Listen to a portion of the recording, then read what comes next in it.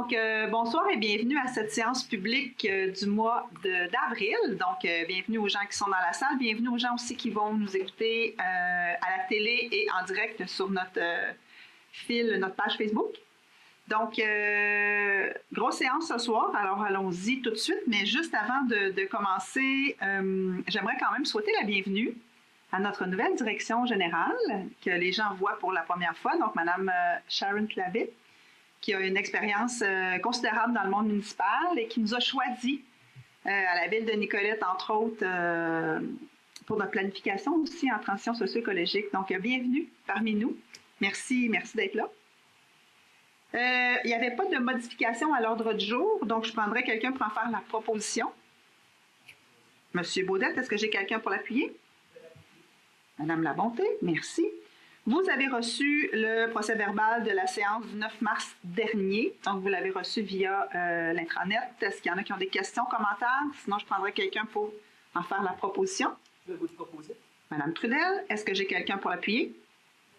Madame Pepin-Laforge, merci. Examen de la correspondance, Monsieur Allaire. Oui. Premier point, 4.1, municipalité du canton de Lingwick demande de remise en place de l'aide financière dans le cadre du programme Petits établissements accessibles. Résolution 2026-03-040, c'est un dépôt. Deuxième point, municipalité de Sainte-Justine de Newton demande au gouvernement fédéral de reconnaître les services de Poste Canada comme des services essentiels nécessitant le maintien des activités pendant un conflit de travail. Résolution 26-03-05, c'est un dépôt. Troisième point, municipalité de Lac-des-Plages, appui municipal au maintien des services préhospitaliers. Résolution numéro 2026-03-039, c'est un dépôt également. Le quatrième point, demande citoyenne de présentation d'une motion au conseil municipal concernant le programme fédéral de rachat des armes à feu. C'est un dépôt également. Et le dernier, 4.5, autorité des marchés publics, recommandation formulée au conseil municipal de la ville de Nicolette concernant le processus identifié au SEAO sur le numéro de référence 211-209-56. C'est un dépôt. Merci beaucoup, M. Allaire. Donc, peut-être je donnerai la parole à Mme Clavet pour le point 4.5. Oui, merci. Alors, plusieurs d'entre vous l'ont peut-être vu dans les médias. On a eu des recommandations de la part de l'Autorité des marchés publics, en fait, suite à une plainte d'un fournisseur. Donc, nous, dans l'appel d'offres, ce qu'on demandait, c'est d'avoir, nos exigences, c'était d'avoir un ingénieur ou un architecte, en fait, pour être le chargé de projet.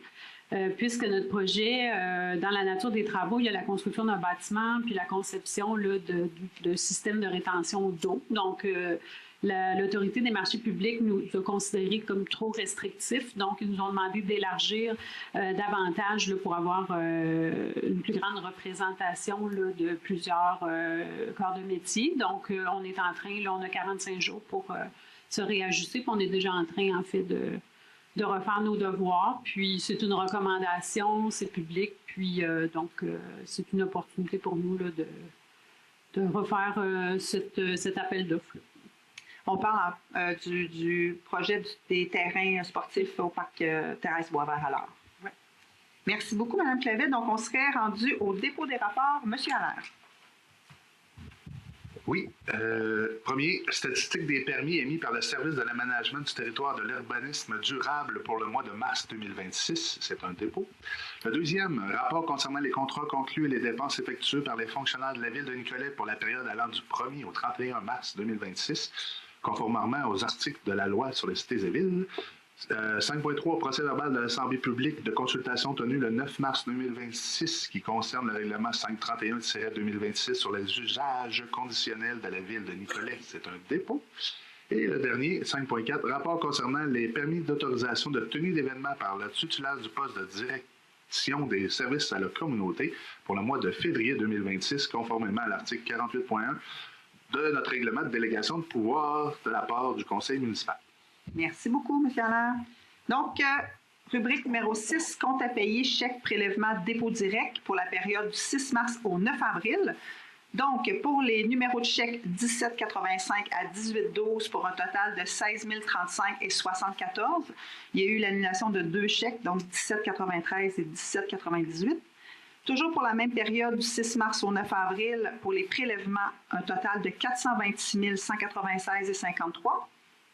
Et Pour les dépôts directs, les numéros 10 608 à 10 770 pour un total de 1 358 504 et 61. Est-ce que j'ai quelqu'un pour en faire la proposition? Monsieur Jutra, est-ce que j'ai quelqu'un pour l'appuyer? Madame Labonté, merci. Donc, gestion contractuelle en débutant par le 7.1. Donc, on parle de l'appel d'offres public pour les services de l'ingénierie. On parle de la construction de notre nouvelle station de pompage et la réfection de la station du quai. Donc, Monsieur Jutra. Donc, pour ouvrir mon micro, je ne vais pas chicaner.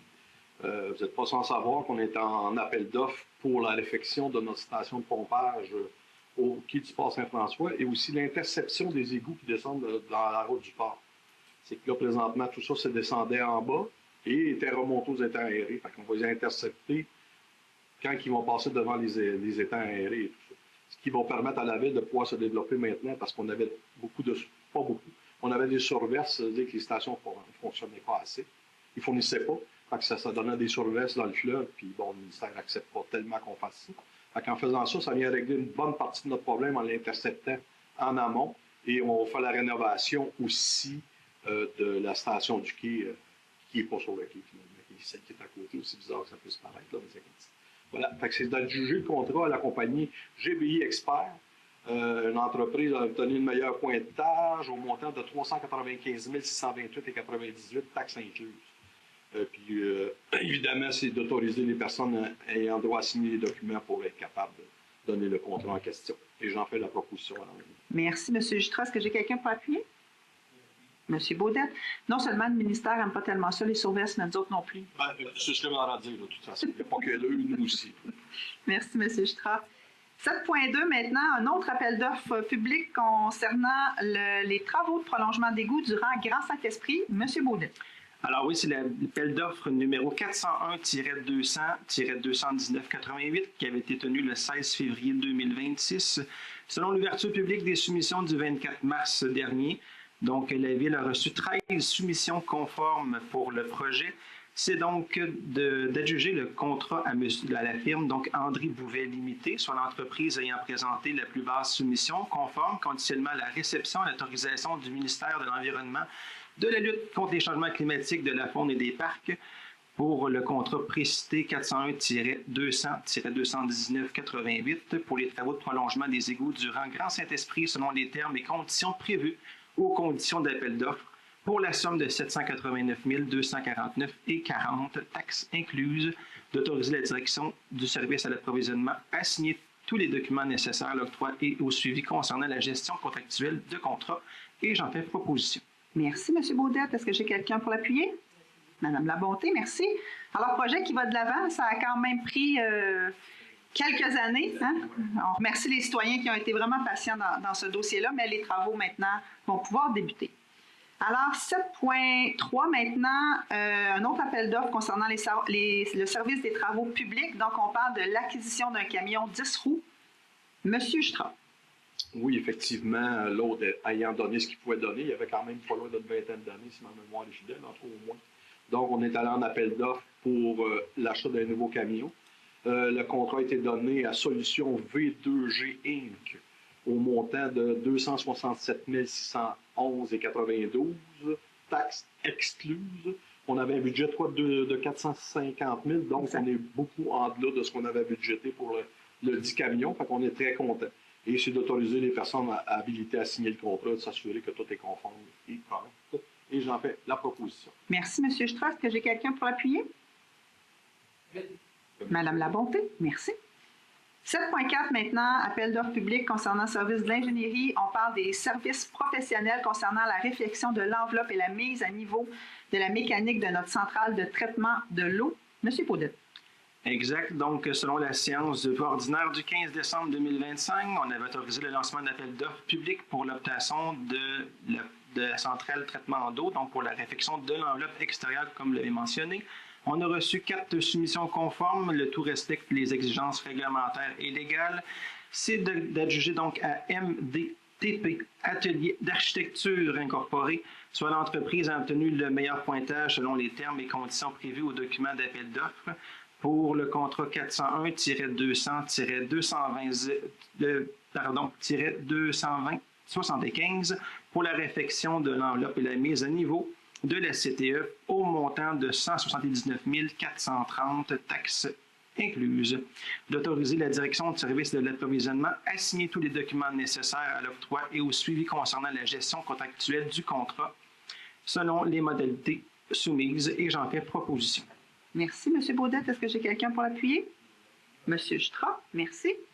7.5 maintenant, appel d'offres publiques concernant les services professionnels du réaménagement des terrains sportifs et bâtiments dans le parc Thérèse Boisvert à l'Art. Donc, tantôt, Mme Clavel nous a parlé du rapport de l'AMP. Donc, pendant qu'il y a eu cette plainte-là, l'appel d'offres était suspendu. Donc, maintenant qu'on a reçu les recommandations et qu'on les a déjà même mises en application, puis qu'on souhaitait appliquer les recommandations. Donc, maintenant, on va libérer, on va pouvoir aller en appel d'offres. Et on en a profité, comme Mme Clavel disait, pour bonifier, puis pour être peut-être un peu meilleur encore. On a changé un peu notre grille de pondération, puis des critères qualitatifs concernant les appels d'offres pour ne pas être restrictif dans ce qu'on demande, mais pour quand même s'assurer d'avoir les bons, les bonnes personnes, les bons professionnels, les bons corps de métier pour les travaux qu'on souhaite faire. Alors, la résolution, c'est d'autoriser la grille de pondération révisée.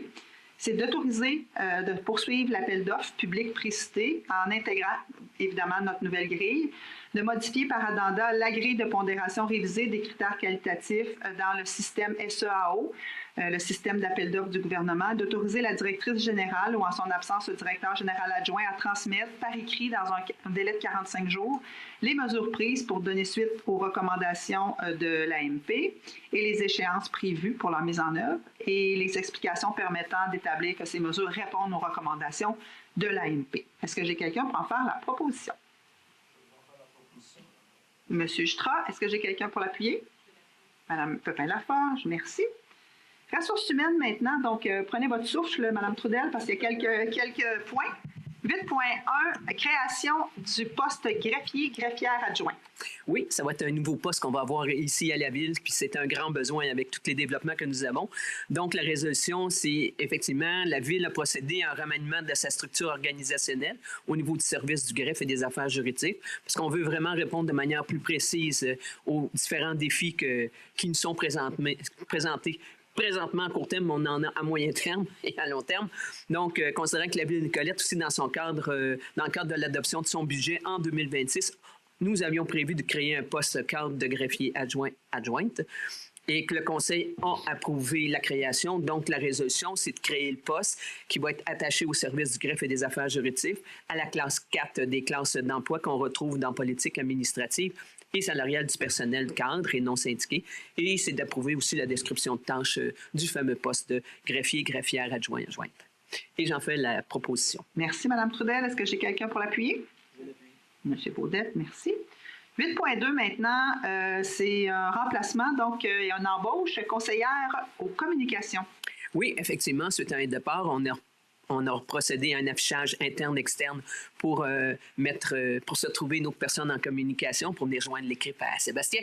Donc, et le processus a favorisé la rencontre de 4 personnes et Mme Carole-Anne Kate Dupuis a démontré qu'elle possédait vraiment toutes les qualifications et le potentiel pour occuper ce poste. Et nous avons eu aussi une avis de synthèse de notre directrice aux ressources humaines. Donc, la résolution, c'est de ratifier l'affichage interne-externe et d'embaucher Mme Carole-Anne Kate Dupuis au poste de conseillère aux communications qui va être au service de communication, et ça à temps plein avec un statut permanent selon les conditions salariales de la classe 9, échelon 4, qu'on retrouve aux modalités de la convention collective.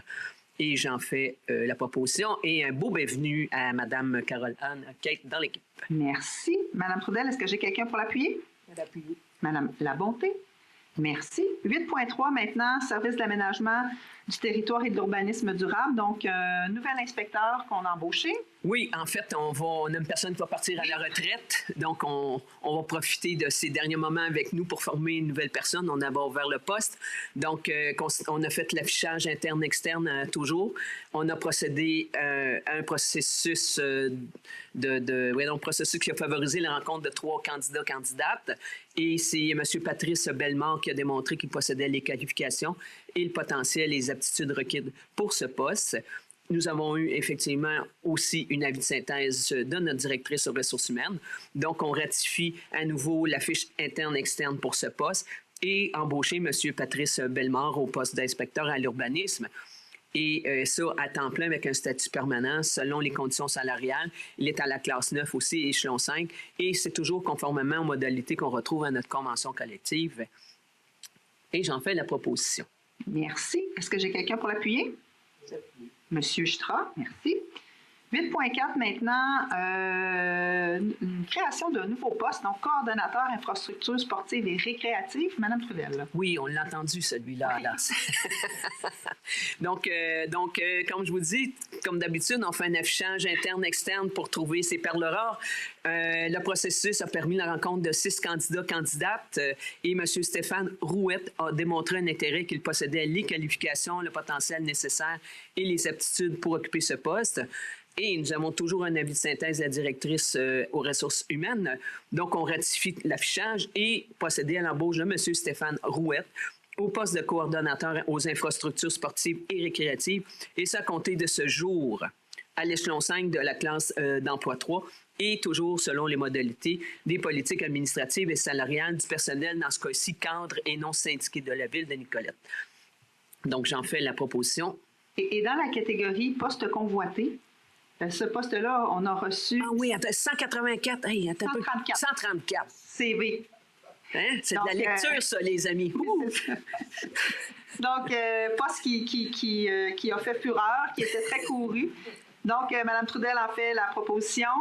Oui. M. Jutra appuie, donc on souhaite la bienvenue aussi. C'est ça. Mais en fait, on a couru beaucoup pour avoir du monde à ce poste-là, puis finalement, on a eu Oui. beaucoup de coureurs Exact. qui se sont présentés à la ligne. On était très contents. Prochain point, 8.5, conseillère en ressources humaines aussi, qui est un remplacement. Qui est un remplacement. Donc, considérant que Mme Karine Côté, qui est conseillère en ressources humaines, a été nommée temporairement lors de la séance ordinaire qui s'est tenue en mars 2026 au poste de directrice du service des ressources humaines. Donc, là, ça mettait le poste de conseillère en ressources libre. C'est là qu'on vient attacher et on est allé... en affichage interne-externe pour combler le poste, considérant que Mme Jade Mascotte a démontré un intérêt à occuper ce poste et qu'elle possède des qualifications et le potentiel pour assumer ces fonctions-là. Donc, c'est de ratifier l'affichage interne-externe et toujours, et là, d'embaucher à compter de ce jour Mme Jeanne Mascotte au poste de conseillère en ressources humaines affectée au service des ressources humaines pour un remplacement à durée indéterminée. Et ça, c'est à l'échelon 1 de la classe 2, selon les modalités qu'on retrouve à la politique administrative et salariale des postes cadres et non syndiqués de la ville de Nicolette. En fait, la recommandation, Mme Trudel? Oui, je le propose. Est-ce que j'ai quelqu'un pour l'appuyer? Madame Labonté, merci.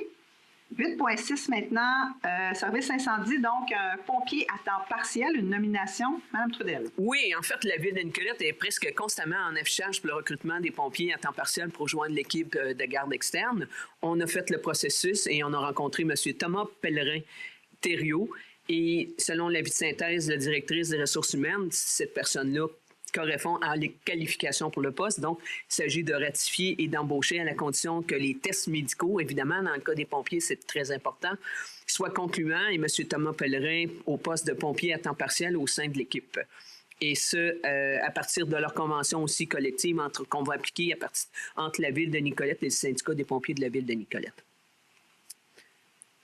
Oui, j'en fais toujours la proposition. Je me break, là, mais non. C'est un bon exercice de diction, tous les noms ce soir, Mme Trudel. Oui, c'est bon. Est-ce que j'ai quelqu'un pour l'appuyer? M. Jutra, merci. La bouche est en train de me sécher. 8.7. Donc, on a un accompagnateur au bureau de la transition écologique et de l'innovation sociale, Mme Trudel. Oui, donc ça, c'est suite à un départ. On a vraiment un besoin d'accompagnement suite au départ de la titulaire du poste de coordonnateur du bureau de la transition écologique et de l'innovation sociale. Et la volonté de la Ville aussi d'assurer une continuité au niveau des projets. Donc, considérant le projet d'entente de service à durée déterminée, soit du 13 avril au 9 octobre 2026, entre M. Colin Jacob Vaillancourt et la Ville de Nicolette, soumis aux membres du Conseil. On a eu aussi un avis de synthèse positif de la part de notre directrice des ressources humaines. Donc, c'est d'approuver l'entente de service de durée déterminée, comme je l'ai mentionné, qui va s'échelonner du 13 avril au 9 octobre, et d'autoriser la mairesse ou à son absence, la mairesse suppléante, c'est moi ça, hein? Et la directrice générale ou à son absence, l'adjointe, à signer au nom de la Ville le contrat. Merci, avec Mme M. Trudel. Colin. Et je le propose. Merci, Mme Trudel. Stéphane. Est-ce que j'ai quelqu'un pour l'appuyer?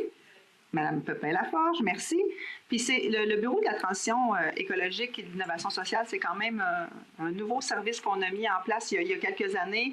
Puis M. Jacob Vaillancourt va aussi nous aider à réfléchir. Est-ce que c'est la meilleure structure? Est-ce que c'est ça? Comment on peut peut-être maximiser encore plus ce bureau-là, puis de s'assurer qu'on travaille vraiment de façon transversale à la Ville. Donc, vraiment une belle candidature qui va se joindre à nous là, pour 6 mois. Oui, oui, effectivement, si c'est une bonne idée, ce service-là, il ne faut pas finir les comment pour arriver à atteindre les objectifs qu'on s'est donnés. 8.8 maintenant, une permanence avec la directrice des services à la communauté. Oui, considérant que selon la politique administrative et salariale des employés cadres de la Ville, la période de probation est de 6 mois, donc elle est prévue pour évaluer toute nouvelle employé cadre. Considérant que Mme Catherine Marcotte a été embauchée à titre de directrice des services à la communauté, et ce, le 8 septembre 2025, donc elle a rempli avec succès les critères l'amenant à une permanence. J'ai failli dire une permanente, hein, mais non, pas permanence. Donc, elle n'en a pas besoin. Elle n'en a pas besoin, effectivement. Donc, puis l'avis de synthèse que nous avons eu qui est fortement positif, donc c'est d'approuver rétroactivement au 8 mars 2026 la permanence de Mme Catherine Marcotte au poste de directrice de services à la communauté. On est très heureux qu'elle soit là. Merci. Heureux et heureuse. Merci, Mme Trudel. Est-ce que Mme Trudel en fait la proposition? Est-ce que j'ai quelqu'un pour l'appuyer? Monsieur Jutra, merci. 8.9 maintenant, service des ressources humaines. Donc, on a quelques fins d'emploi, Mme Trudel. Oui, cela arrive. Il faut s'en souvenir qu'on embauche aussi beaucoup d'étudiants. Donc, ils viennent et ils partent. Donc, dans ce cas-ci, on met, comme vous le voyez, considérant l'avis de synthèse que nous avons eu de la directrice des ressources humaines en date du 13 avril 2026, concernant la fin d'emploi de personnes ayant les numéros d'employés 495, 594, 588. Ce n'est pas un numéro de téléphone. Ce sont vraiment les numéros d'employés. Donc, la résolution, c'est de mettre fin à l'emploi de ces personnes-là et de procéder aussi à la direction générale ou en son absence, l'intérim pour, au nom de la Ville, de signer tous les documents relatifs à la cessation des emplois. Merci, Mme Trudel. Est-ce que Mme Trudel en fait la proposition? Est-ce que j'ai quelqu'un pour l'appuyer? Je vais l'appuyer. Mme Labonté, merci. 8.10 maintenant. Oui, c'est ça. Politique, excusez-moi, je ne suis pas sûre que j'avais le bon numéro. Régissant les conditions de travail du personnel étudiant des plateaux sportifs, Mme Trudel. Oui, en fond, le Conseil, lors de sa tenue de sa séance ordinaire du 18 mars 2024, a modifié la politique régissant les conditions de travail du personnel étudiant des plateaux sportifs. Ce qui est normal, il faut toujours s'ajuster. Et considérant que les principaux changements ont été apportés en politique concernent effectivement les échelles salariales. Donc, on se compare toujours avec des gens qui nous ressemblent où ce que sont rendues les échelles et aussi les niveaux de responsabilité dans les postes qu'on a à combler. Considérant dès lors qu'il y a lieu de mettre à jour à ce moment-là notre politique régissant les conditions de travail du personnel étudiant des plateaux sportifs. Donc, c'est d'adopter les modifications apportées à la politique qui a un numéro 350-12-20-18 régissant les conditions de travail, comme je vous disais, du personnel étudiant. Et j'en fais la proposition. Merci, Mme Trudel. Est-ce que j'ai quelqu'un pour l'appuyer? Mme Pepin-Laforge, j'avais le choix, là. Donc, une petite dernière, Mme Trudel. Donc, les ententes sur le filtrage des personnes appelées à œuvrer auprès des personnes vulnérables, donc auprès de la SQ. Oui, c'est important d'en nommer puis pour que les gens puissent développer aussi des aptitudes, des habiletés. Donc, considérant que le Conseil, lors de sa séance, c'est ça, du 15 avril 2024, a, entre autres, mandaté certaines personnes à compléter, signer et transmettre le formulaire pour le filtrage des personnes appelées à œuvrer auprès des personnes vulnérables à la Sûreté du Québec. Et ça, c'est le tout tel qu'il apparaît la résolution qu'on avait prise à ce moment-là. Et il faut modifier parce que là, il faut donner les noms des personnes. On ne peut pas juste dire on va nommer 4 personnes, il faut donner les noms des personnes. Donc, la résolution, c'est de désigner à compter de ce jour les personnes retrouvées à la liste suivante qui vont signer, transmettre les formulaires et procéder au filtrage, le cas échéant. On parle ici de Mme Karine Côté, qui est conseillère en ressources humaines et qui est directrice temporaire ici de notre service des ressources humaines. On parle de Mme Véronique Girard, qui est technicienne aux ressources humaines. On parle de Mme Marie-Ève Dupont-Plamondon, qui est agente de développement culturel et vie communautaire. Et Mme Diane Binette, qui est adjointe exécutive. Et donc, il faut prendre acte de la caducité de la résolution 113-04-2024, parce qu'on change les personnes. Donc, voilà. Donc, j'en fais la proposition. Merci. Est-ce que j'ai quelqu'un pour l'appuyer? Je vais l'appuyer. Monsieur Baudette. Puis quand on parle de personnes vulnérables, dans notre cas, c'est principalement les enfants au camp de jour, là, de s'assurer que les gens qui œuvrent auprès des enfants n'ont pas d'antécédents judiciaires. Alors, repos bien mérité pour vous, Mme Trudel. Bonne gorgée d'eau. Moi, je propose plus rien. 9.1, donc, on est rendu au service de l'aménagement du territoire et de l'urbanisme durable. Donc, le premier projet, c'est un projet particulier de construction, de modification et d'occupation d'immeubles. Vous savez qu'on dit maintenant PPC-moi. On parle du 522 rue Saint-Jean-Baptiste. Monsieur Lavoie. Exactement, Mme la mairesse. En fait, il s'agit d'un bâtiment qui a été incendié et en faisant l'analyse du dossier, on s'est rendu compte qu'il y avait des irrégularités qui dataient de plusieurs décades en arrière. Tout à l'heure, on avait la consultation publique et il n'y a personne qui s'est présenté pour questionner le projet. Donc, on serait rendu à l'adoption du deuxième projet. Donc, je vous proposerais d'aller de l'avant avec ça. Merci beaucoup, monsieur. Il va avoir la construction quand même des travaux. Il va reconstruire un bâtiment de 4 logements, je pense. C'est ça. C'est ça qui est sur le bord de la rue Saint-Jean-Baptiste. Parfait, super. Merci, Félicino. Donc, est-ce que j'ai quelqu'un pour en faire la proposition? Je vais le proposer. Madame. Madame Trudel? Oui. Est-ce que j'ai quelqu'un pour l'appuyer? Madame Pepin-Laforge, merci.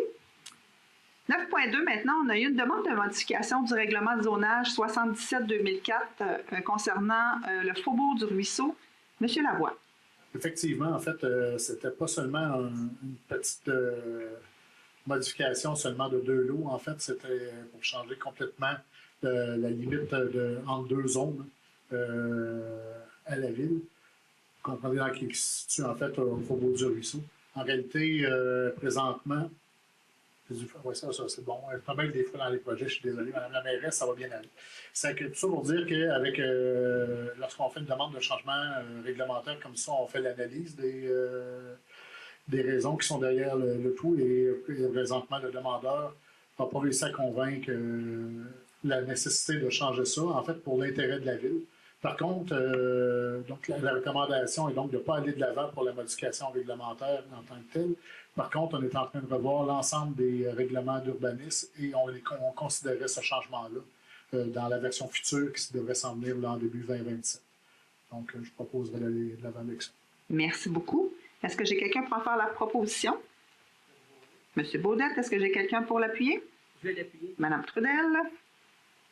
11.1 maintenant, on a fait une demande, on fait à chaque année, non, chaque 3 ans, chaque année, dans le cadre du programme d'aide à la voirie locale. Donc, le volet projet particulier d'amélioration, c'est une demande qu'on fait au député de Nicolet Bécancourt et au ministère des Transports, évidemment, de la mobilité durable. Monsieur Allaire.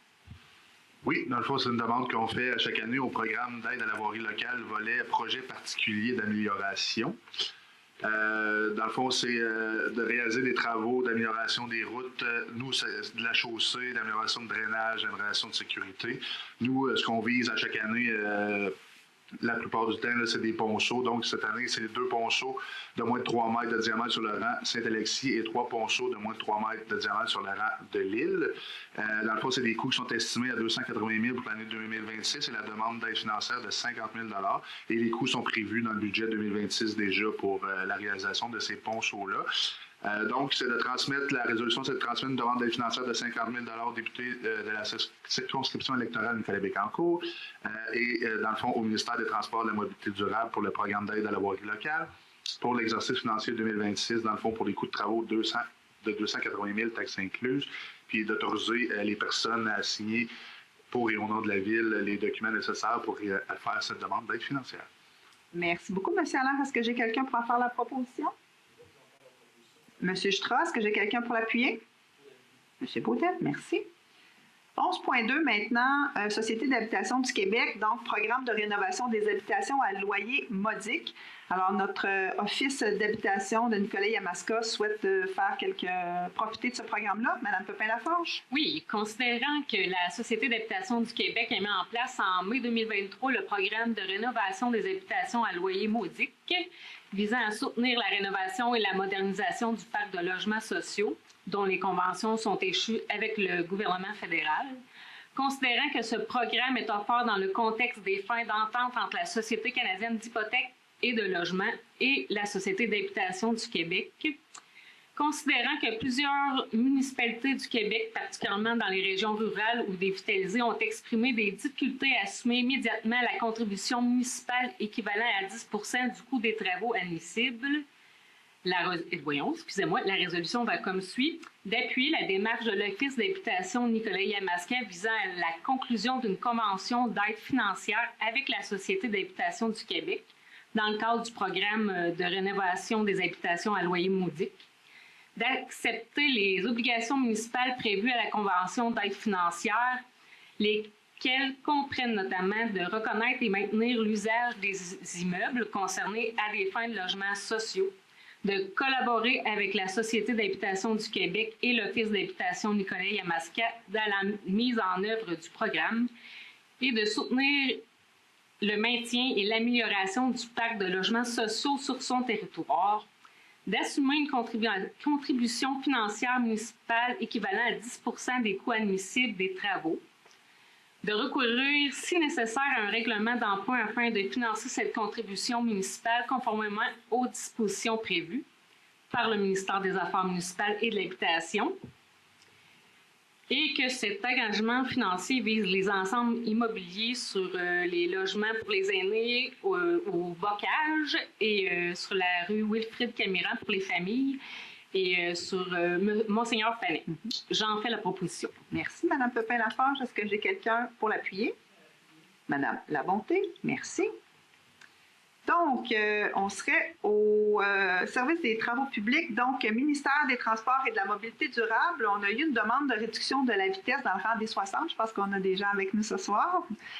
Alors, vous savez que la route, les 60, c'est une route qui est de juridiction du ministère des Transports et de la Mobilité durable. On a eu 2 demandes de réduction de vitesse à 50 km/h qui ont été formulées par des citoyens de la Ville. On sait aussi qu'il y a une garderie sur ce tronçon-là entre la route du port et les limites là, de la Ville de Nicolette. Puis les demandes sont motivées par des préoccupations de sécurité, notamment en lien avec la présence d'enfants puis des mouvements fréquents de véhicules. Considérant qu'un accident est survenu récemment à proximité de cet établissement, renforçant les préoccupations de ces gens-là.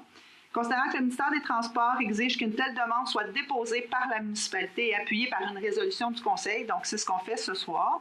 Et on trouve ça opportun de demander au ministère d'analyser la situation parce que c'est eux autres, au final, qui vont donner leur accord ou pas. Alors, la résolution est toute simple, c'est de demander officiellement au MTQ ou MTMD de procéder à une analyse de la limite de vitesse sur le rang des 60 entre la route du Port et la rue du Val en vue d'évaluer la possibilité de réduire à 50 km/h, d'inviter le ministère dans l'éventualité où cette demande ne serait pas retenue à analyser et à mettre en place des mesures alternatives visant à améliorer la sécurité, notamment l'installation d'un afficheur de vitesse ou tout autre moyen qui sera jugé pertinent par le ministère, et de transmettre au ministère des Transports l'ensemble des informations pertinentes à analyser le dossier. Donc, c'est nous qui allons s'engager à leur transmettre. Et de mandater le directeur du service des travaux publics afin d'assurer le suivi de cette demande. Et d'informer les demandeurs des démarches entreprises par la Ville. Est-ce que j'ai quelqu'un pour en faire la proposition? Monsieur Jutra, Monsieur Baudette, merci beaucoup. 14 maintenant, service à la communauté. Donc là aussi, on a quelques résolutions. On va débuter avec le programme du Fonds des événements. On a eu quand même plusieurs demandes de financement. Madame Labonté.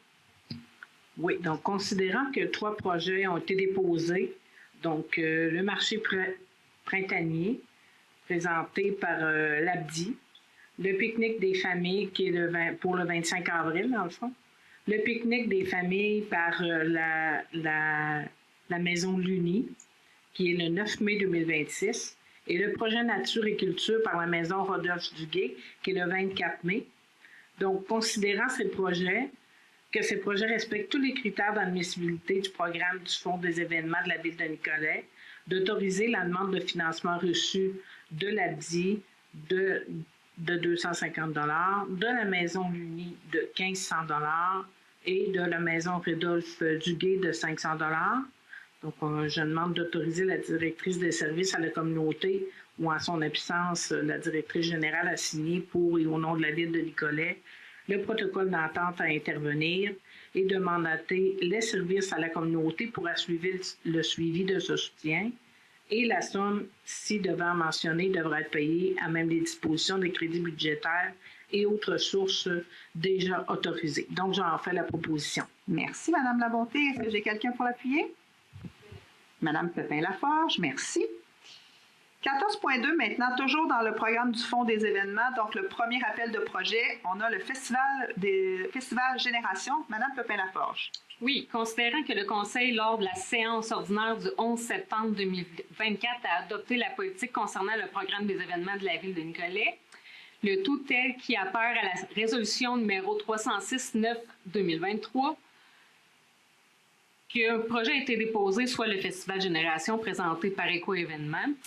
Il est proposé d'autoriser la demande de financement reçue de la part d'Éco-Événements concernant l'événement intitulé Festival Génération pour un montant de 100 000 $, dont un premier versement de 75 000 $ sera versé à la signature du protocole d'entente et un deuxième versement de 25 000 $ sera versé suite à l'analyse du rapport final via le programme du Fonds des événements 2026 retrouvé à la politique concernant le programme des événements de la Ville.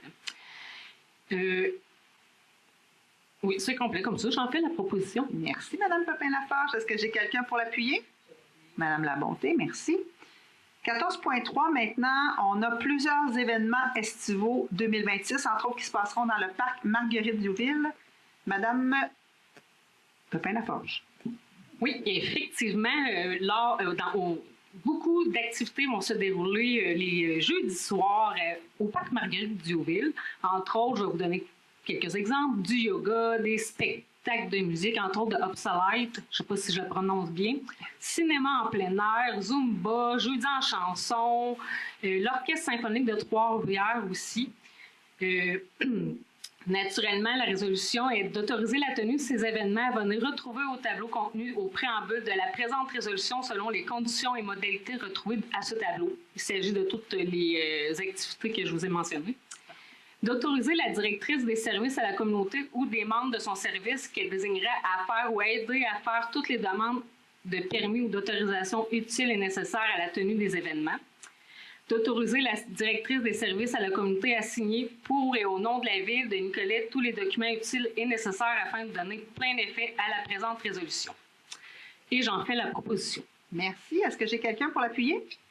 Monsieur Baudette, merci beaucoup. 14.4 maintenant, encore des autorisations d'événements qui vont passer sur notre voie publique en 2026. Madame Labonté. Donc, considérant que les événements, c'est d'autoriser les passages sur les voies publiques pour le défi vélo, du promoteur, la Maison des greffes l'INACIR, donc les 10 et 11 juillet 2026. Aussi, l'événement s'éclate en couleur du promoteur Fondation du Collège Notre-Dame de l'Assomption le 3 mai. Donc, c'est les deux événements qu'on demande pour d'autoriser la directrice de services à la communauté ou en son absence d'agent aux événements à faire ou aider à faire toutes les demandes de permis d'autorisation utiles et nécessaires à la tenue des activités et événements précités auprès des autorités compétentes. De demander aussi aux services à la communauté d'assurer le suivi de ces dossiers auprès des divers services de la ville de Nicolet et notamment auprès des services de sécurité incendie et de transmettre la présente résolution à la Sûreté du Québec. Donc, j'en fais la proposition. Merci beaucoup, Madame Labonté. Est-ce que j'ai quelqu'un pour appuyer? Madame Pepin-Laforge, merci. 14.5 maintenant, le pique-nique familial de la maison l'Uni. Madame Pepin-Laforge. Oui, l'Uni Maison de la Famille qui organise leur pique-nique de famille le 9 mai nous demande, en cas de pluie, d'avoir droit d'utiliser notre aréna. Donc, la résolution va comme suit d'autoriser en cas de pluie le 9 mai de 10h à 15h le prêt gratuit de l'aréna Pierre Provencher à l'Uni Maison de la Famille afin d'accueillir les familles participantes au pique-nique des familles et de mandater les services à la communauté d'assurer le suivi de cet événement auprès des divers services de la ville de Nicolet.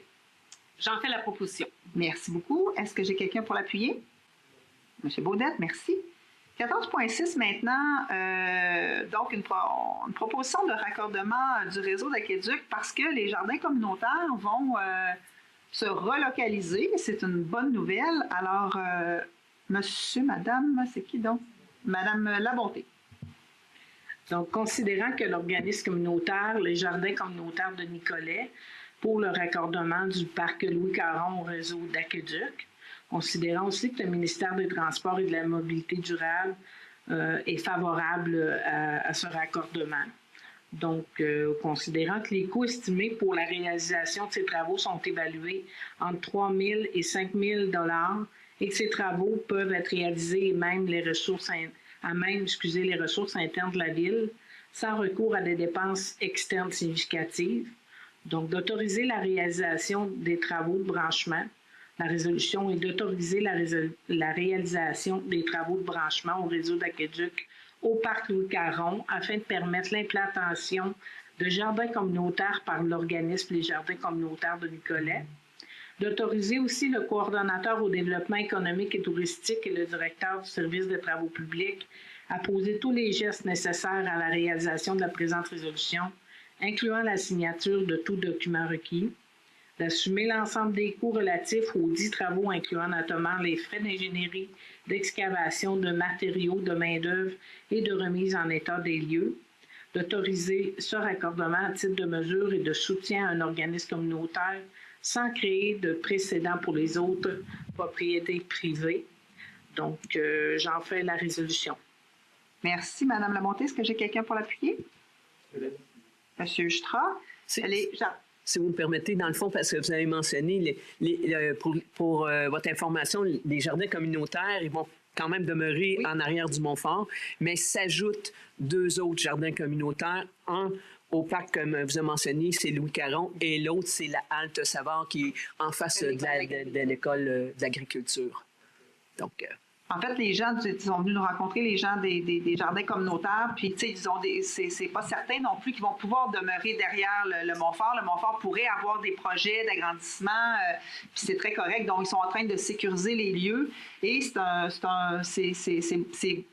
c'est moins facilement accessible aussi pour les gens. C'est un peu plus loin. Puis ils ont été victimes aussi d'un peu de vandalisme. Donc, ils souhaitent être à des endroits peut-être un peu plus stratégiques au cœur de la ville. Puis les jardins communautaires, c'est fait pour être accessible puis pour que les gens puissent y aller de façon plus spontanée. Donc, 2 nouveaux lieux pour les jardins communautaires. Alors, ça me fait plaisir d'y contribuer. Oui, ils ont reçu une aide financière là, substantielle pour être capables de faire exactement. Donc, merci beaucoup. Est-ce que quelqu'un, Madame Labonté, en a fait la proposition? Est-ce que quelqu'un qui a appuyé? Monsieur Justra, parfait. 14.7 maintenant. Donc, on avait déjà déterminé un nombre de barrages routiers, mais on a eu une nouvelle demande de la Maison des Jeunes, le Déclic. Madame Pepin-Laforge. Oui, donc... considérant que la demande d'amasser des fonds de l'organisme La Maison des Jeunes, le Déclic Inc. pour la levée de fonds Ensemble pour notre jeunesse, considérant que la levée de fonds se tiendra à l'intersection du boulevard Louis-Fréchette et de la rue Éloi de Grandmont, que la mise en place de mesures de contrôle et de sécurité en respectant le Code de la sécurité routière est prévue pour cet événement. Il est résolu d'autoriser l'organisme de la Maison des Jeunes, le Déclic, à effectuer un barrage routier pour la levée de fonds Ensemble pour notre jeunesse le 30 mai prochain, de 9h à 18h, à l'intersection, de ne pas s'objecter à la tenue de la levée de fonds pour l'organisme communautaire, de demander à l'organisme précité, d'informer le ministère des Transports et de la Mobilité durable du Québec et la Sûreté du Québec à l'effet que la Ville de Nicolet ne s'objecte pas à la tenue de leurs événements, d'autoriser le prêt de matériel à l'organisme précité et d'autoriser la directrice des services à la communauté ou à son absence, l'agent aux événements à signer au nom de la Ville tous les documents nécessaires afin de donner plein effet à la présente résolution. J'en fais la proposition. Merci beaucoup, Mme Pepin-Laforge. Est-ce que j'ai quelqu'un pour l'appuyer? Mme Labonté. Donc, on trouvait que ça valait la peine de faire un petit encart à notre procédure pour permettre à la Maison des Jeunes, qui a fait l'acquisition d'une nouvelle maison, qui vont déménager, s'installer, souhaitent offrir de nouveaux services, de pouvoir profiter aussi de la générosité des Nicolétains et Nicolétaines. Alors, voilà. 14.8 maintenant. Événements municipaux 2026. Madame Labonté. Donc, considérant qu'il y a lieu de modifier la date de l'un de ces événements afin d'attirer plus de jeunes familles à la participation, donc le repère café qui était prévu pour le 8 et le 9 mai sera déplacé au 1er et 2 mai 2026. Donc, d'autoriser la directrice des services à la communauté ou en son absence, l'agent aux événements à faire ou aider à faire toutes les demandes de permis et d'autorisation utiles et nécessaires à la tenue de l'activité et événement précité auprès des autorités compétentes, de demander aux services à la communauté d'assurer le suivi de cet événement auprès des divers services de la Ville de Nicolet et notamment aux services de sécurité incendie et de transmettre la présente résolution à la Sûreté du Québec. Donc, je vous en fais la proposition. Merci, Mme Labonté. Est-ce que j'ai quelqu'un pour l'appuyer? Mme Pepin-Laforge, merci. On serait rendu maintenant à adoption de règlement et avis de motion. 15.1, règlement numéro 531-2026 sur les usages conditionnels de la Ville de Nicolette. Monsieur Lavoie. Effectivement, on est rendu à l'adoption, donc ça fait 3 fois qu'on en parle. En fait, le règlement en tant que tel permet certains usages qui seraient interdits généralement dans certains secteurs, dans certaines zones, de pouvoir de pouvoir le faire sous certaines conditions, les usages conditionnels. Présentement, le seul usage conditionnel qu'on a ajouté au règlement est celui pour les organismes communautaires. Ce serait l'adoption ce soir, c'est sans prêt pour la Ville, étant donné que c'est un pouvoir. En fait, c'est un règlement. C'est un règlement. Donc, qui ne coûte rien. Il coûte rien. C'est tout, il ne coûte rien. Merci, M. Lavoie. C'est d'ailleurs qu'on va avoir une demande très rapidement. Est-ce que j'ai quelqu'un pour en faire la proposition? Je vais le proposer. Mme Trudel, est-ce que j'ai quelqu'un pour l'appuyer? M. Baudette, merci beaucoup. 15.2 maintenant, règlement numéro 532-2026 décrétant une dépense de 950 000 et un emprunt de 590 000 pour l'acquisition d'un terrain. M. Allaire. Oui, dans le fond, c'est concernant le projet d'acquérir un terrain afin de conserver une bande boisée entre la piste multifonctionnelle et un nouveau quartier résidentiel. Donc, c'est vraiment d'autoriser une dépense, dans le fond, qui décrète une dépense de 950 000 qui inclut tous les frais d'intérêt, tous les frais d'emprunt, tous les frais également de notaire ou, dans le fond, de personnes d'honoraires professionnels.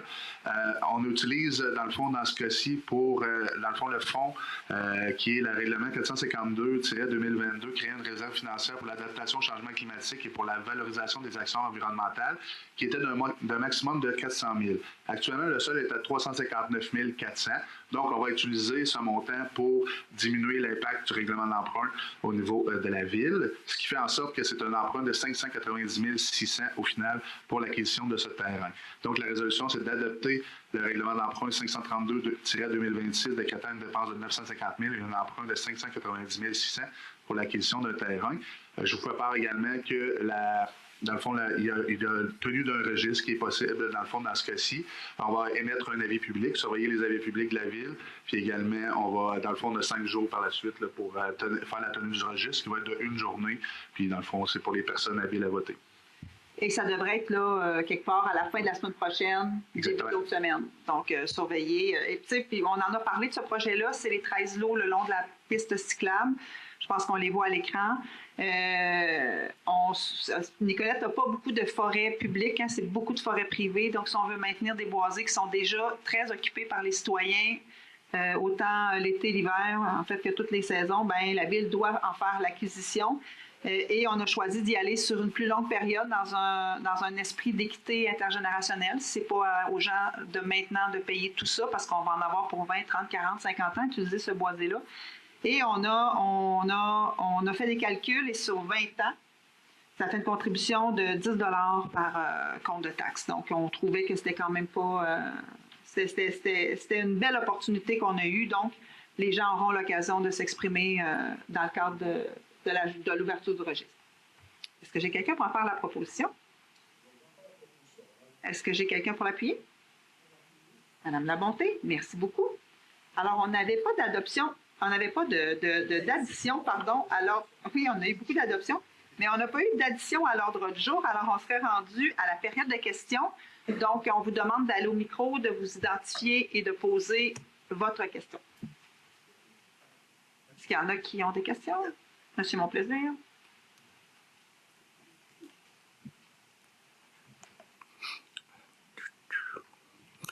Bonsoir à tous. Bonsoir. Ma première intervention, c'est pour Mme Clavet. Alors, félicitations pour votre nomination. Ayant été conseiller municipal pendant 12 ans, alors je comprends très bien votre travail. Puis, étant une femme, j'ai eu l'image de l'astronaute femme qui aurait réglé les problèmes dans la station orbitale.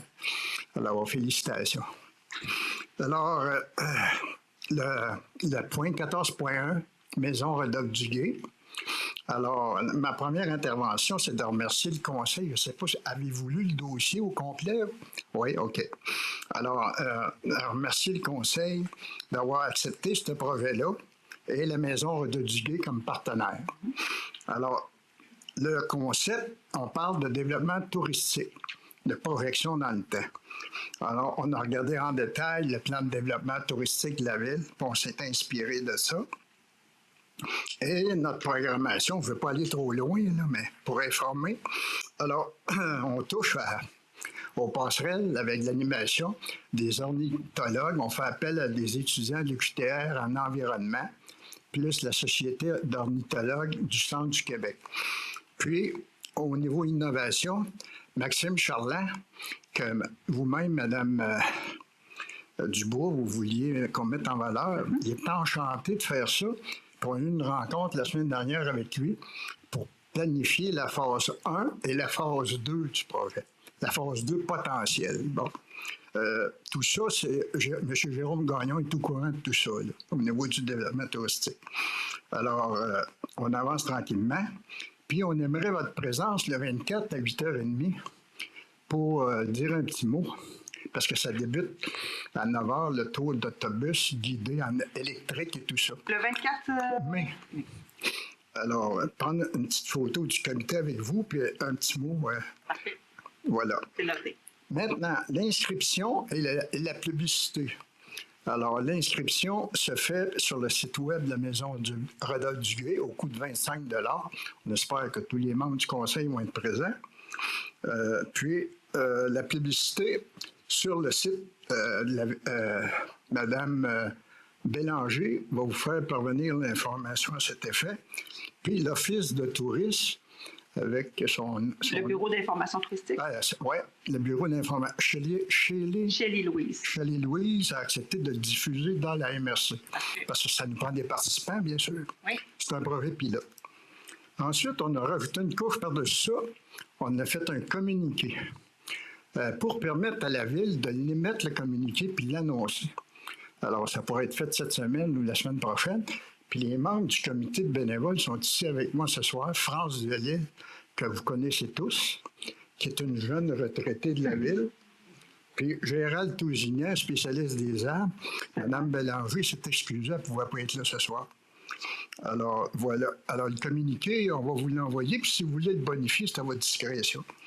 Maintenant, un autre volet, on pense à long terme, ce que M. Jutra nous avait dit, le projet entre fleuve et rivière, qu'on a fait à une certaine époque. Bon, voilà. C'est un circuit d'autobus, ça a duré 8 ans. Mais maintenant, pour éviter des coûts récurrents dans le temps, on a passé une phase 2, avoir des codes QR et des cellulaires. Maintenant, c'est du tourisme individuel et non de groupe. Alors, on est en train de planifier ça. Puis, on a rencontré des experts de la ville de Trois-Rivières. Ceux qui l'ont fait à la ville de Trois-Rivières sont venus ici gratuitement la semaine dernière pour nous expliquer le cheminement. Tout ce que vous avez passé avec l'agente culturelle que vous connaissez très bien. Alors, voilà, on a fait cette démarche-là. Puis là, dans les prochaines semaines, on va avoir le coût de ça. Alors, on va cheminer, puis M. Gagnon, responsable touristique, est au courant du cheminement. Évidemment, c'est toujours de l'argent pour développer, trouver des commanditaires. Alors, voilà. Maintenant, on a une demande à vous faire parce que dans la transition entre le volet 1 et le volet 2, il y a une carte numérique à faire. Qui dit carte numérique parle du service de géométrie. Alors, l'année dernière, j'ai fait affaire avec monsieur au service de géométrie. Philippe Charret. Voilà, très gentil monsieur. Il avait contribué pour la fête du 30e, la piste cyclable. Là, on a fait une carte, ça a très bien été. Alors, il faut faire cette fameuse carte-là avec le trajet qu'on a défini avec M. Maxime Charland la semaine dernière. Puis là, bien évidemment, cette carte-là va servir, elle va être sur le web. Alors, vous voyez un peu, là, plus de papier, le moins possible. Vous pourrez demander, nous, parce que nous, on travaille avec la Maison du Gué dans le cadre de ce projet-là. Donc, la Maison du Gué pourra faire la demande là, pour la carte géométrique. Non, on est un comité, puis ça va venir de la direction de la Maison du Gué. Oui, parce que c'est notre point de chute là, pour ce projet-là. Oui, c'est ça. Puis la phase 2, bien, les codes QR, c'est ça, pas de coûts récurrents, les cellulaires. Ma dernière intervention, évidemment que je ne veux pas en discuter en détail ce soir, mais j'ai fait une analyse précise, une observation du site de la ville versus celui de l'Office de tourisme. Puis, évidemment, il y a toutes sortes de choses. On va emmener des gens dans la ville au niveau touristique. Les bornes sont là, mais à qui je m'adresse pour qu'on puisse ajuster, parce que je ne veux pas faire ça en détail ce soir, là, à qui qu'on s'adresse pour faire ça? Bien, nous, il y a deux points de chute. Il y a à la MRC, vous avez déjà parlé avec Shelley-Louise. Sinon, il y a M. Gagnon à la ville qui s'occupe aussi du tourisme, qui fait partie du développement économique. Puis pour toutes sortes de choses, ma intergénération qui est devenue comme le Festival de l'art vocal à Trois-Rivières, il faut que ça soit mentionné à quelque part. Là, c'est comme si ça serait chez un île tout seul en termes de publicité. Vous voyez un peu, là? Ouais. Il y a l'ajustement de tout ça. Oui, puis il y a aussi des coûts, puis il y a aussi une planification stratégique, puis un budget. Donc, vous pouvez soumettre vos idées, puis elles seront prises en compte et elles seront évolutives. C'est ça, je sais tout ça. Ouais, c'est ça. Alors, voilà. Super, merci beaucoup, M. Vous n'avez pas de questions? Non. Non. Alors, on espère que vous allez être là le 24. Parfait. Alors, la prise de photo, je ne sais pas si c'est M. Vous pourrez regarder ça avec Sébastien après la séance. Après la séance. Oui, bon, rester pour vous. Merci, M. Monplaisir. Est-ce qu'il y a d'autres questions pour ce soir? Oui, juste à venir au micro, monsieur. Je passais cette semaine ici, là, à votre hôtel de ville. Juste vous nommer avant de commencer. Moi, je m'appelle Alexandre Timmons. Moi, je suis un résident de Baie-du-Fèvre. Puis, c'est ça, j'ai écrit des livres depuis l'an 2000, 2005. Puis, j'ai passé souvent dans le Courrier Sud. À chaque fois que je sortais un nouveau livre, je le présentais là-bas. J'avais tout simplement à rentrer là-bas, je vous expliquais mon projet de livre. Tout de suite, ils me faisaient un article. Mais là, depuis qu'ils ont déménagé à Trois-Rivières, c'est rendu impossible d'avoir des articles. Fait que vu que les autres qui étaient à Nicolette, je me demandais s'il y avait une façon que vous me pushiez finalement pour que je puisse avoir mon article de journal là-bas comme avant. J'en ai eu 4 articles de journal. J'avais fait un livre sur Michael Jackson. En 2009, j'ai eu un article. Un livre pour les soupes anti-cancer. Je regarde, c'est parce que je regarde mon directeur des communications, là. Est-ce que vous avez encore des liens étroits avec les gens du Courrier Sud? Certainement. Et la beauté de la chose, c'est qu'ils regardent notre séance du conseil municipal. Ah bon? À chaque fois qu'on a une séance, fait que ce soir, il devrait y avoir un journaliste du Courrier Sud qui est en train de couvrir la séance du conseil. Parce que j'ai essayé de contacter une fois ou deux, là, peut-être depuis 6 mois. J'ai pas eu d'appel, tu sais, peut-être j'ai manqué l'appel, mais je vais être certain de ne pas manquer ça. Parce que je vais vous montrer mon dernier livre. C'est un livre que j'ai fait, ça fait 25 ans que je travaille dessus. Fait que, tu sais, j'aimerais ça. Ouais, c'est toute une brique, tu sais. Puis j'aimerais ça avoir un article de journal, tu sais, c'est le minimum, là. Ça n'a pas d'allure. Il y a quand même eu du mouvement de personnel, il y a quand même eu des changements qui ont, on va se le dire bien honnêtement, qui ont quand même eu des impacts sur la. Tu sais, on a toujours eu des journalistes qui couvraient la séance du conseil, puis maintenant, depuis un certain temps, ils sont plus sur place, ils suivent à distance. Donc, la couverture, quand même, est moindre un peu. Est moindre. C'est sur Trois-Rivières, j'imagine, ils sont rendus là. Exact. Mais à Trois-Rivières, il y en a d'autres journaux. Puis quand même, notre Courrier Sud a un peu fondu comme neige au soleil. Là. Mais on va faire les suivis. Peut-être à la fin de la séance, restez puis vous pourrez donner vos coordonnées à M. Turgeon. Parfait. Puis c'est de quoi je pourrais vous en donner un exemplaire pour vous remercier. Pour la bibliothèque municipale. C'est absolument. Ça, la porte à la bibliothèque. Merci, M. Théman. Merci beaucoup. Merci. Est-ce qu'il y avait d'autres questions?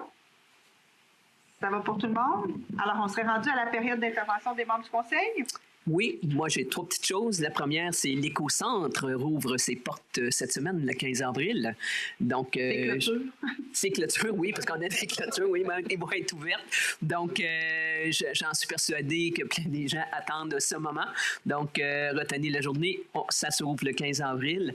La deuxième, peut-être que certains d'entre vous ont eu ça d'accrocher après le poignet de porte, surtout si vous restez sur le long de la rivière, parce qu'il y a une activité qui va se tenir cette semaine. Le 16 avril à 18h30, ça se tient à la salle du Conseil des maires ici au 275 rue Monseigneur-Courchesne à la MRC. Donc, ça s'intitule « La rivière Nicolette bouge, nous aussi ». Donc, dans le fond, ce que ça mentionne, c'est que vous habitez près d'une rivière, vous avez des préoccupations, un vécu à rencontrer ou des idées à partager sur la vie et l'avenir près des rivières. Donc, c'est de participer à l'atelier. Vous y êtes conviés. Et vous pouvez vous inscrire en appelant au 514-272-2666 au poste 317 pour les intéressés. Et ma dernière, ben écoute-moi, un gros bravo à nos employés de la ville qui, à Pâques, ont acheté, ils pesaient comment? 1,2? 1,2 kg, une méchante poule en chocolat.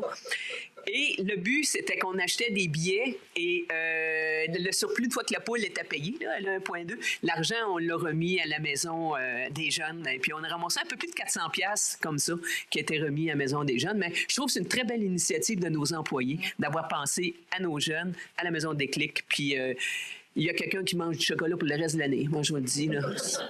En plus d'être généreux, on est épicurier. Ça tombait bien. Voilà, c'est tout pour moi. Merci, Mme Trudel. Mme Labonté? Je voulais juste remercier les gens qui se sont déplacés. 11 personnes ce soir. On est content que vous soyez avec nous. Puis revenez-nous en mai. Merci. Monsieur Baudet? Oui, donc moi, je me porte-parole pour différentes citoyennes et citoyens de demander de souligner le travail remarquable de l'équipe des travaux publics pour particulièrement le déneigement et l'entretien de la piste cyclable durant la dernière période hivernale. Alors, le message sera transmis. Mme Pepin-Laforge? Rien ce soir, M. Jutra? Merci beaucoup tout le monde de vous être déplacés. Je vous souhaite une belle fin de soirée. On se retrouve à la séance du mois de mai. Je prendrai quelqu'un pour la levée de l'Assemblée. M. Jutra? M. Baudet? Merci. Bonne soirée tout le monde.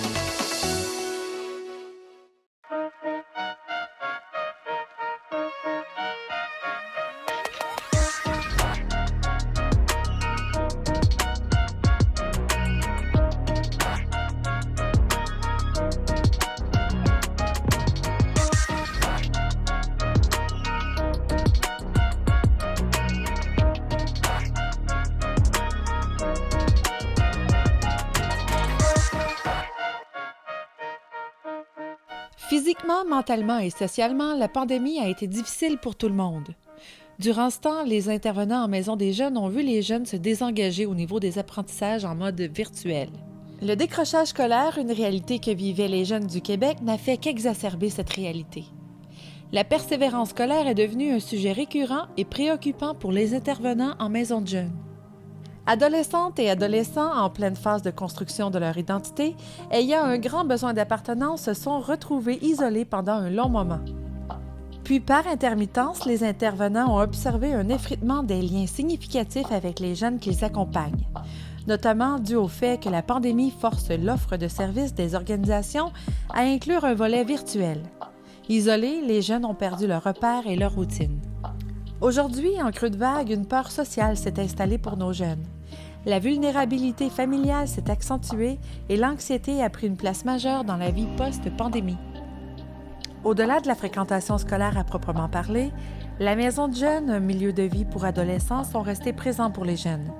Ouverts de plusieurs façons, s'adaptant jour après jour pour les soutenir dans leurs processus fondamentaux de socialisation et du développement de leur personnalité. D'où l'importance de la fréquenter et de continuer de la fréquenter afin d'accompagner cette belle jeunesse québécoise. De ce fait, les 3 maisons de jeunes de Bécancour sont passées à l'action afin de développer un projet sur la persévérance scolaire et la prévention du décrochage scolaire.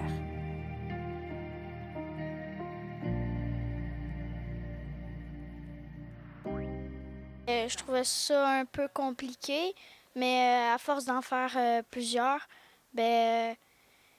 j'ai été capable d'en faire des paragraphes. Nous avons pensé à revenir aux bases et susciter l'intérêt des jeunes avec de nouveaux apprentissages. Et là, tu es devant ton œuvre qui n'est pas achevée encore, mais pourquoi tu t'es inscrite aux ateliers d'art? Parce qu'en fait, l'art, ça m'intéresse, puis ça avait l'air très intéressant de faire de l'art, puis ça m'intéressait d'apprendre à faire ça. Il s'agit de la MDJ de Sainte-Gertrude, de la MDJ La Forteresse du secteur Saint-Angèle-de-Laval et de l'Éclipse Bécancour. Tous membres du regroupement des Maisons des jeunes du Québec, elles en partagent leur mission. Soit être un lieu de rencontre pour les jeunes de 12 à 17 ans qui, sur une base volontaire, viennent à la MDJ afin de participer aux activités quotidiennes animées par des adultes qualifiés et significatifs dans le but de devenir des citoyens et citoyennes critiques, actifs et responsables en vivant des expériences diverses. Il peut y avoir des activités comme la ronde à l'expo. Il peut y avoir des activités aussi qui vont se passer à l'MDJ comme, mettons, tournoi de 21, d'autres activités. Puis aussi, il peut y avoir juste des thématiques libres qui ont fait un peu qu'est-ce qu'on veut à l'MDJ avec les animateurs. La poste-temps, on peut soit partir une conversation sur quelque chose qui s'est passé durant la journée ou de quelque chose qu'on va apprendre, ou il peut y avoir des thématiques sur des choses importantes. Comment y parvenir? En temps normal, il suffit de vivre des expériences variées avec les jeunes et les intervenants adultes significatifs dans les maisons de jeunes afin qu'ils découvrent leurs forces, leurs faiblesses, leurs besoins et leurs goûts. Mais dans ce projet, nous avons profité de ces ateliers pour inviter d'autres ressources à se joindre à nous pour favoriser l'harmonisation des connaissances des jeunes et avec des services offerts dans la région. Merci à nos partenaires que sont la Table régionale de l'éducation Centre du Québec, la Relance Nicolas Bécancour. La relance s'implique dans le projet L'art de persévérer parce que pour nous, c'est vraiment important tout ce qui est la persévérance scolaire, puis de donner une motivation aux jeunes. Donc, dans nos principaux objectifs, quand on fait de la prévention universelle, on veut que le jeune se développe des facteurs de protection, des intérêts, des passions et qu'il parte à la découverte vraiment de sa personne, donc d'augmenter la connaissance de soi. Donc, la rue Bécancour aussi était partenaire du projet. Oui, on était partenaire. On n'était pas aussi engagés que les Maisons des jeunes, bien entendu, mais on était quand même présents pour participer à ces activités-là. Alors, c'était quoi pour vous l'avantage de ce programme-là, de ce projet-là? Bien, je pense que c'est un regroupement de Maisons des jeunes. Donc, s'il y a un regroupement de Maisons des jeunes, il y a un regroupement de jeunes plus concentré. Donc, moi, ça me permet d'avoir beaucoup plus de jeunes sur place, puis ça me permet de rentrer en contact avec les autres.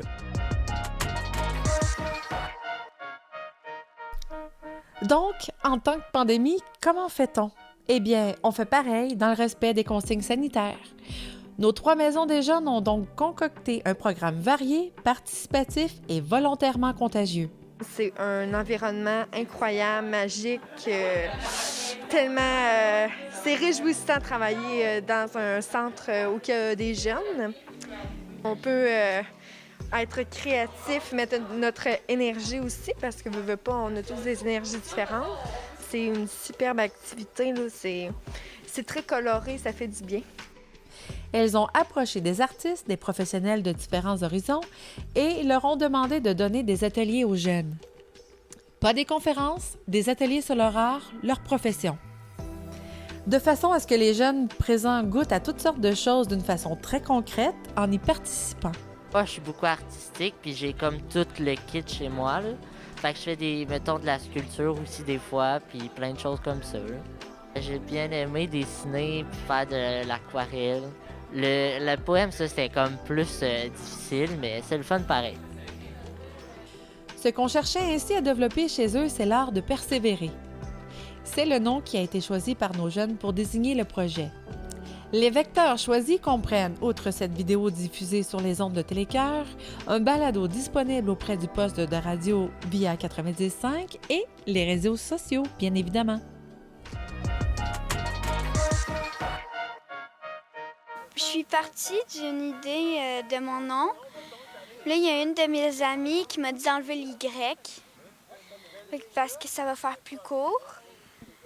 Puis après, j'ai décidé des couleurs au hasard qui se mélangeaient bien. Puis après, il y a Maxime qui m'a aidé à partir. Ce que j'ai apprécié le plus, c'est peut-être de faire un rap en équipe de 2. C'est le fun. Puis après, le rire devant les autres, c'était drôle aussi, là. Journalisme, peinture, poésie, photographie, autant de modes d'expression que les jeunes ont pu explorer, en poussant plus loin par eux-mêmes les notions abordées lors des ateliers. Salut, moi je m'appelle Charlotte Ducette, je viens de la Maison des jeunes de la Forteresse. Puis aujourd'hui, j'ai participé à l'activité de la photographie. Puis j'ai appris plein de choses, puis j'ai vraiment aimé ça. J'ai appris qu'il y avait plusieurs sortes de modèles d'appareils photo avant les appareils photo normaux, nos téléphones. En tout, c'est des dizaines de jeunes qui ont pu rejoindre directement, mais qui sait combien d'autres ils en rejoindront en communiquant leur expérience. Des tas et des tas, espérons-le, car l'art de persévérer est un art qui rapporte. C'est sans pression, amusant et rempli d'apprentissage. C'était vraiment cool, c'était amusant, on a ri, puis c'était une belle expérience. Il est facile de commencer et tout peut se poursuivre. Continuer demande plus d'efforts et de courage. Mais avec une telle récompense au bout, soit celle d'apprendre à se connaître, à faire de bons choix pour nous réaliser dans tout ce que nous sommes comme personnes. Et ça, c'est tout un art. J'allais à District 5, j'adorais vraiment ça. À cause de la COVID, je ne pouvais plus. J'avais bien du fun avec les profs qui se donnent. Merci.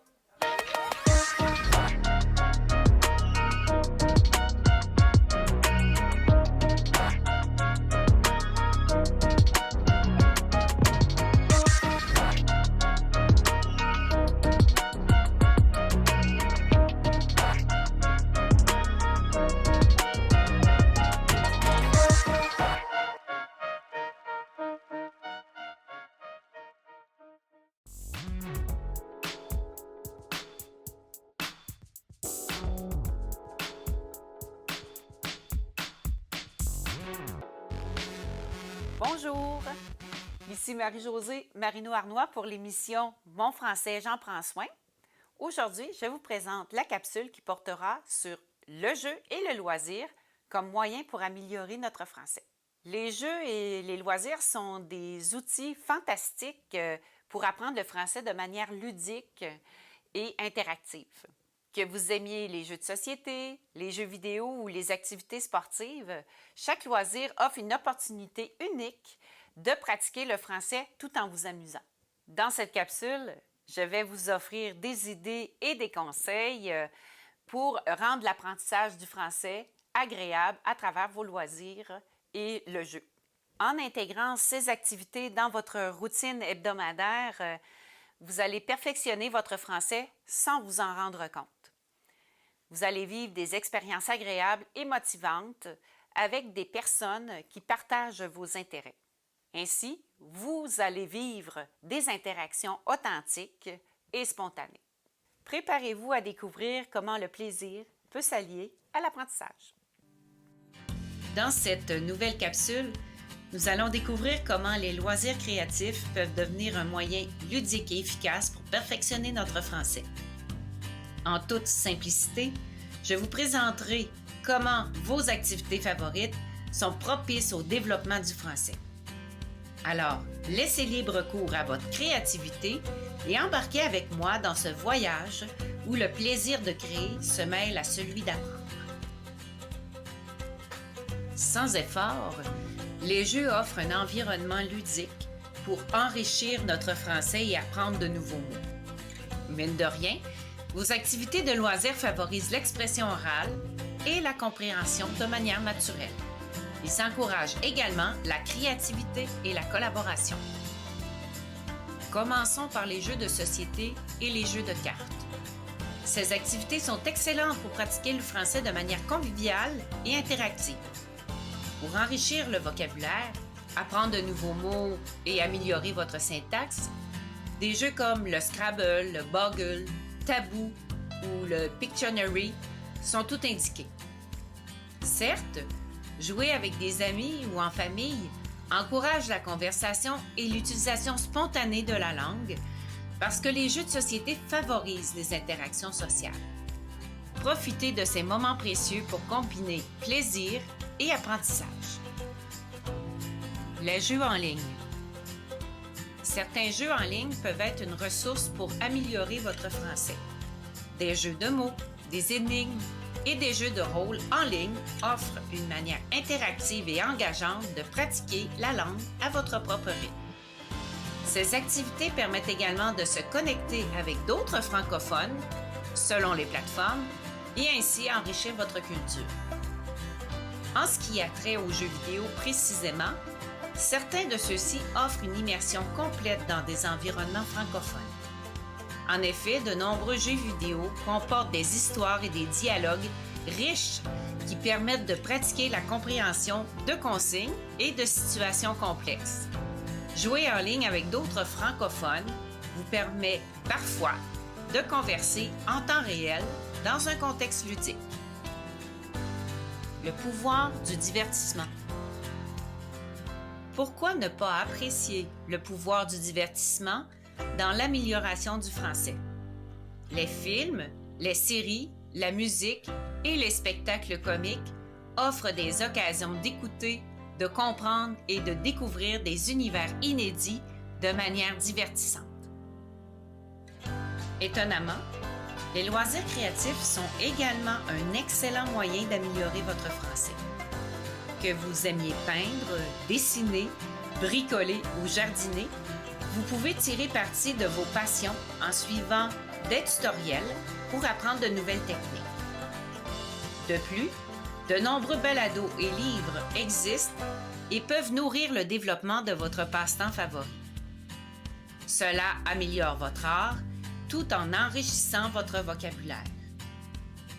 Il est également très intéressant de participer à des forums ou des groupes de discussion en présence et en ligne pour échanger des conseils et des idées avec des personnes qui ont la même passion que vous. Chaque loisir a son propre vocabulaire technique et spécifique. Mine de rien, apprendre ces termes enrichit votre lexique tout en devenant meilleur et créatif. Enfin, le sport est un autre excellent moyen de développer le français tout en restant actif. En rejoignant des organisations sportives, vous vous donnez l'occasion de discuter dans un contexte social dynamique tout en prenant soin de votre santé.